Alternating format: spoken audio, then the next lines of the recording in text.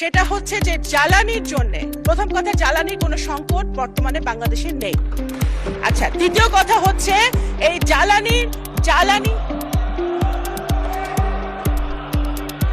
মাননীয় speaker, Honorable members, may I humbly request all of you, honorable members, please, জি মাননীয় প্রতিমন্ত্রী, আপনি আপনার বক্তব্য অব্যাহত রাখুন, আপনার বক্তব্য আচ্ছা। অব্যাহত রাখুন।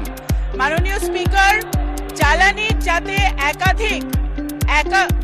যাতে একাধিক সোর্স থেকে আমরা সরবরাহ করতে পারি, সেই জন্য ইতিমধ্যেই মাননীয় প্রধানমন্ত্রী একাধিকবার আমাদের সাথে বসেছেন। জ্বালানি মন্ত্রণালয়, পররাষ্ট্র মন্ত্রণালয়, বিভিন্ন সংশ্লিষ্ট মন্ত্রণালয়ের সাথে উনি বসেছেন। আমরা মধ্যপ্রাচ্য ছাড়াও যে সকল সোর্স থেকে আমরা জ্বালানি আনতে পারি এই ব্যাপারে আমরা নিরলস কাজ করে যাচ্ছি এবং ইনশাল্লাহ আমরা সেটাতে সফল হব।